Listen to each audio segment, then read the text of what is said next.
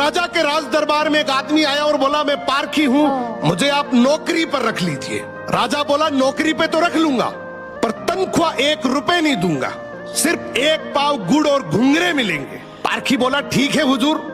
कुछ ही दिन बाद राजा एक घोड़ा खरीद कर लाए। उन्होंने पारखी से पूछा, बताओ इस घोड़े के बारे में क्या कहते हो? पारखी बोला, हुजूर ये घोड़ा है ही नहीं, ये तो गाय है। राजा चौंक गए। उन्होंने घोड़े बेचने वाले को बुलाया।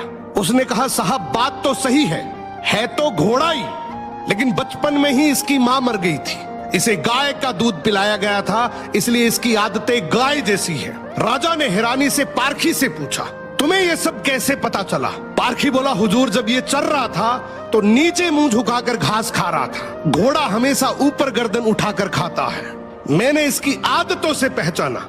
राजा खुश होकर बोले, आज से तुम्हें आधा किलो गुड़ और आधा किलो घुंघरे मिलेंगे। कुछ दिन बाद राजा ने फिर पूछा, मेरी रानी कैसी है? बहुत प्रिय है मुझे। पारखी बोला, हुजूर आपकी रानी खानदानी नहीं है। राजा को विश्वास नहीं हुआ। उन्होंने ससुराल जाकर पूछा, वहां दादी ने बताया, बचपन में इसकी माँ गुजर गई थी, पाला तो मैंने है, मगर दूध इसे दाई माँ ने पिलाया है। राजा ने पारखी से फिर पूछा, रानी के बारे में तुझे कैसे पता? पारखी बोला, हुजूर इसके स्वभाव से खानदानी रानी में शालीनता होती है, मगर ये नौकरों पे चिल्लाती है, गाली देती है, इसकी आदतों से पहचान गया कि ये खानदानी नहीं है। अब राजा बोले, चलो मेरे बारे में बताओ।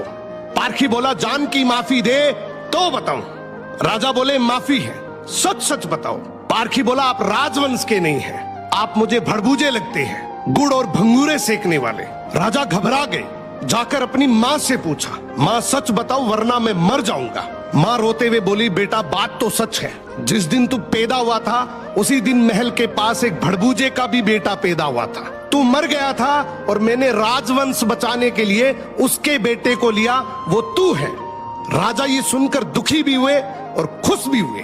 इंसान की पहचान उसके चेहरे, कपड़े या खानदान से नहीं होती, उसके चरित्र से होती है। किसी को भी केवल उसकी शकल, सूरत, पद या घर देखकर मत परखो, उसकी आदतें, उसका व्यवहार ही उसका असली परिचय है। वाह वाह वाह।